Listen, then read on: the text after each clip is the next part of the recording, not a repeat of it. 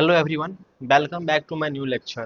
तो आज के लेक्चर में हम लोग पढ़ने वाले हैं कि व्यू सीरियलाइजेबिलिटी ऑर्डर क्या होता है और मेरा व्यू सीरियलाइजेबिलिटी क्या होता है। तो उसके बारे में हम लोग आज पूरा एक्सप्लेन करेंगे और उसके उसके बेसिस पे हम लोग एक एग्जांपल लेंगे और उससे हम लोग समझेंगे कि व्यू सीरियलाइजेबिलिटी क्या होता है। क्योंकि इससे पहले हम लोग कन्फ्लिक्ट के बारे में पूरा डिटेल ले लिए हैं कि कन्फ्लिक्ट इक्विवेलेंट या कन्फ्लिक्ट सीरियलाइजेबल हम लोग कैसे फाइंड करते हैं, वो हम लोग देख लिए हैं।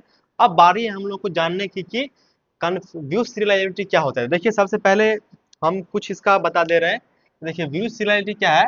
फॉर ईच डेटा आइटम, ये जो है मेरा व्यू सीरियलाइजेबिलिटी ऑर्डर जो है मेरा हर एक डेटा आइटम पे काम होगा। और हर एक डेटा आइटम पर क्या होगा, तो सबसे पहले क्या होगा, फाइनल रीड और ना इनिशियल रीड और फाइनल राइट और क्या है मेरा राइट रीड सीक्वेंस। हर एक डेटा आइटम पे ये इनिशियल रीड और फाइनल राइट और रीड रीड सीक्वेंस मेरा सेम होना चाहिए। जैसे कि मान लीजिए मेरा एक गिवन रहेगा नॉन सीरियल शेड्यूल, जिसको हम लोग क्या नाम दे देते हैं, एस नाम दे दिए। ये क्या रहेगा मेरा नॉन सीरियल शेड्यूल, मेरा जो है ना गिवन रहेगा। और उसके बेसिस पे मतलब उसी के बेसिस पे जो मेरा नॉन सीरियल शेड्यूल गिवन रहेगा, उसी के बेसिस पे हमको कोई एक या दो या कितनों, मतलब मान लीजिए यहाँ पे क्या लिखा है, एनी सीरियल शेड्यूल, यानी कि आपको जितना मर्जी है उतना आप जितना पॉसिबल होगा एस का नॉन सीरियल शेड्यूल से उतना आप लोगों को क्या करना है, सीरियल शेड्यूल फाइंड कर लेना है। तो देखिए, तो एक हो गया एस जो क्या है मेरा नॉन सीरियल शेड्यूल, जो कि मेरा क्वेश्चन में गिवन रहेगा। और एस डैश क्या है, any serial schedule of S, यानी एस का ही मेरा सीरियल शेड्यूल रहेगा जो हमको फाइंड करना है अपने आप से। जो कि मेरा हम लोग इसके बेसिस पे नॉन सीरियल शेड्यूल के बेसिस पहले हम लोग एक सीरियल शेड्यूल फाइंड करेंगे। जैसे कि हम यहाँ पे एग्जांपल के बेसिस पे समझा दे रहे हैं। जैसे मान लीजिए एग्जांपल है, यहाँ पे देखिए नॉन सीरियल शेड्यूल है। देखिए नॉन सीरियल शेड्यूल मतलब क्या होता है ना, कि मान लीजिए T1 का ट्रांजेक्शन पूरा खत्म नहीं हुआ, उससे उससे पहले भी हम T2 स्टार्ट कर सकते हैं। उसको बोलते हैं हम लोग नॉन सीरियल शेड्यूल। और सीरियल शेड्यूल किसके बोलते हैं, जैसे हमारे ट्रांजेक्शन T1 है, जब तक वो अपना सारा ऑपरेशन कंप्लीट ना कर ले तब तक दूसरा ट्रांजेक्शन को मौका नहीं देगा एग्जीक्यूट करने के लिए। उसको हम लोग बोलते हैं सीरियल शेड्यूल। यहाँ पे देखिए नॉन सीरियल था, इसको हम लोग सीरियल बना दिए। T1 का जितना भी ऑपरेशन था वो पहले लिख दिए और T2 का जितना भी था हम बाद में लिख दिए। लेकिन हम लोग यहाँ पे ये भी कर सकते थे, जैसे मान लीजिए T2 को पहले लिख देते फिर T1 को बाद में लिख सकते थे। लेकिन हम लोग जो पहला वाला था कि ट्रांजेक्शन T1 को पहले लिखने वाला और ट्रांजेक्शन T2 को बाद में लिखने वाला, उस टाइप का हम लोग यहाँ पे सीरियल शेड्यूल का लिए हैं। ये देखिए क्वेश्चन में गिवन रहेगा नॉन सीरियल, हमको एक सीरियल फाइंड करना रहेगा जो कि मेरा एस हो गया नॉन सीरियल और एस डैश क्या हो गया, सीरियल शेड्यूल। अब हम लोग यहाँ पे क्वेश्चन पे आते हैं। ये देखिए इसका जो है नॉन व्यू सीरियलाइजेबिलिटी फाइंड करने का हम लोग के पास 3 स्टेप है। एक है इनिशियल रीड और एक है क्या फाइनल राइट, एक है मेरा रीड रीड सीक्वेंस। वही बात जो है यहाँ पे थोड़ा थ्योरेटिकल पॉइंट में लिखा हुआ है, तो हम लोग इसको थोड़ा अंडरस्टैंड करते हैं कि इसका क्या मतलब है। यहाँ पे देखिए क्या है, let S and S dice be a two schedule with the same of transaction। यानी कि देखिए S मतलब S और S डैश जो है ना दो शेड्यूल गिवन है, यानी एक गिवन है एक फाइंड करना रहेगा।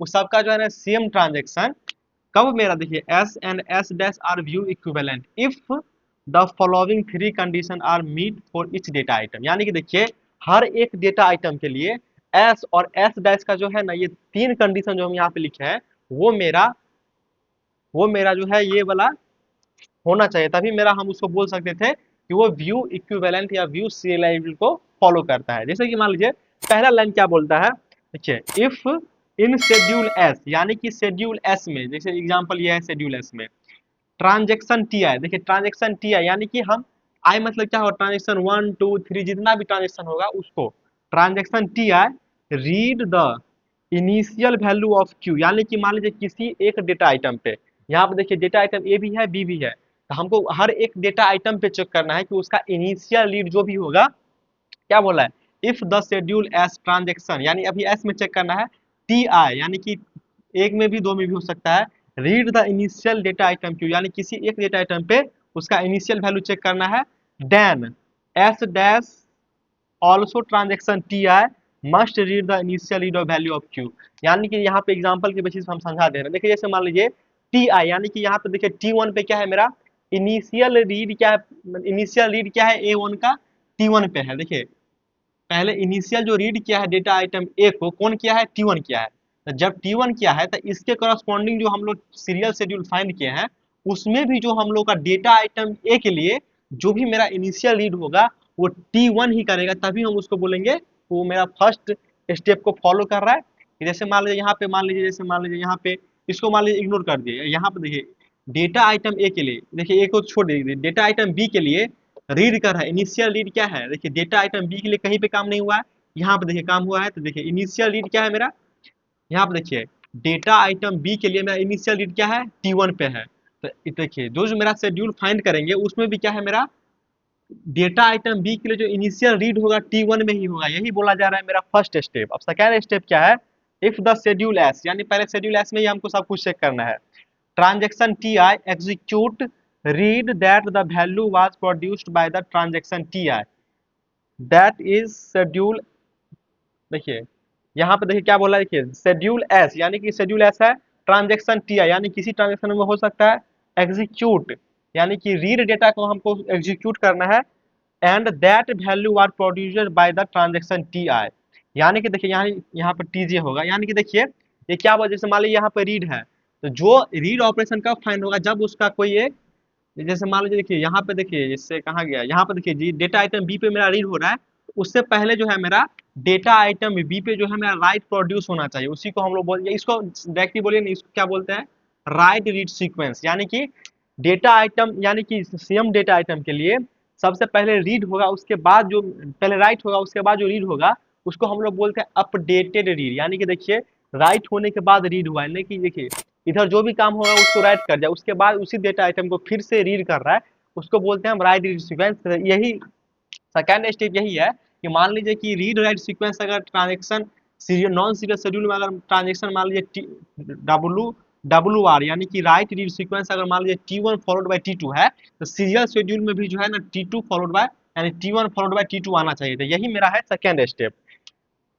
पढ़ लीजिए अच्छा से क्या बोला जाए, तो देखिए देन शेड्यूल एस डैश में भी क्या है, also transaction T I must read the value of Q that was produces by the same right Q operation of the transaction T I, यानी कि एक ही में नहीं चेक करना, अदर में देखना है, क्योंकि देखिए या तो रीड रीड जो राइट जो है किसी एक ट्रांजेक्शन में होगा, तो राइट उसके बाद जो है ना, मतलब क्या बोलते हैं इसको, राइट जो है मान लीजिए T1 में हुआ है, तो रीड हमको T2 में होना चाहिए, और राइट अगर T2 में हुआ है तो रीड मेरा T1 में होना चाहिए, उसको हम लोग बोलते हैं राइट रीड सीक्वेंस। तो ये मेरा सेकेंड पॉइंट हमको क्लियर हो गया। थर्ड पॉइंट क्या है, the transaction that performs the initial write operation in schedule S, यानी कि यहाँ पे देखिए इस शेड्यूल एस में जो भी मेरा किसी भी डेटा आइटम को, एक डेटा आइटम को पकड़ेंगे, उस डेटा आइटम पे देखना है कि उसका मेरा फाइनल राइट क्या है, T1 पे है या T2 पे है। अगर मान लीजिए अगर इसका फाइनल राइट, अगर मान लीजिए डेटा आइटम ए का देखिए यहाँ पे फाइनल राइट, यानी देखिए फाइनल राइट कहाँ पे है मेरा T1, यानी इसके बाद मेरा डेटा आइटम ए को मेरा राइट नहीं कर रहा है, तो फाइनल राइट इसको बोलेंगे। तो फाइनल राइट ऑफ ए के लिए कहाँ पे है, T1 पे। तो इसमें भी हमको चेक करना है कि फाइनल राइट के लिए, यहाँ नहीं देखिए फाइनल राइट ऑफ ए इसमें तो T2 में है, लेकिन हमको चेक क्या करना है कि वो T1 में होना चाहिए, तभी हम उसको क्या बोल देंगे, व्यू सीरियलाइजेबिलिटी। यहाँ पर लेकिन नहीं है, तो इसको हम लोग इग्नोर करते हैं अभी, क्योंकि अभी इसमें नहीं है, इसमें होना चाहिए था। हम होने का भी कंडीशन बता रहे हैं कि व्यू सीरियलाइजेबिलिटी होने का क्या कंडीशन है। जैसे मान लीजिए राइट बी के लिए, यहाँ पे देखिए राइट अगर फाइनल राइट, यानी कि देखिए डेटा आइटम बी के लिए फाइनल राइट किस में हो रहा है, T2 में हो रहा है, तो यहाँ पे देखिए डेटा आइटम बी के लिए फाइनल राइट किस में हो रहा है, T2 में हो रहा है। तो यहाँ पे देखिए एक एक डेटा आइटम के लिए तो फॉलो कर गया, लेकिन हमको एवरी डेटा आइटम के लिए ये कंडीशन फॉलो करवाना है। तीन का तीन कंडीशन जो है मेरा एवरी डेटा आइटम के लिए हमको फॉलो करवाना है। मान लीजिए अगर एक भी डेटा आइटम के लिए फॉलो नहीं करेगा, तो हम उसको बोल देंगे कि नॉट व्यू सीरियलाइजेबल। यहाँ पे देखिए एस के लिए तो हो गया, देखिए must also perform the final write operation of Q dash, यानी कि क्यू एक गिवन रहेगा, क्यू डैश को हम लोग बना लेंगे, उसको हमको क्या देखना है, देखिए यही वाला है कि इनिशियल रीड हमको इसमें भी चेक करना है और इसमें भी चेक करना है, और इसमें भी फाइनल राइट इसमें भी चेक करना है, इसमें भी चेक करना है, और क्या है मेरा रीड राइट सीक्वेंस, यानी रीड देखिए यहाँ पे देखिए राइट के बाद क्या है मेरा रीड है, तो ऐसा वाला सीक्वेंस हमको इसमें भी चेक करना है, इसमें भी चेक करना है। अगर ये तीन का तीन कंडीशन अगर इस दोनों में फॉलो हो जाता है, तो इस दोनों को, इसको क्या बोल, इसको नहीं बोलना है, इसको बोलना है ये क्या है मेरा व्यू सीरियलाइजेबिलिटी, यानी कि ये हो गया मेरा व्यू सीरियलाइजेबल, ये वाला होगा व्यू सीरियलाइजेबल, और ये उसका हम बेसिस, उसके बेसिस पे हम लोग क्या फाइंड किया है, सीरियल शेड्यूल। अगर मान लीजिए अगर ऐसा नहीं हुआ, जैसे मान लीजिए डेटा आइटम ए के लिए मान लीजिए यहाँ पे फॉलो नहीं किया और डेटा आइटम बी के लिए फॉलो कर गया, तो वहां भी बोलेंगे कि नॉट व्यू सीरियलाइजेबल। तो चलिए इस वीडियो में इतना ही, मिलते हैं नेक्स्ट वीडियो में। Thank you.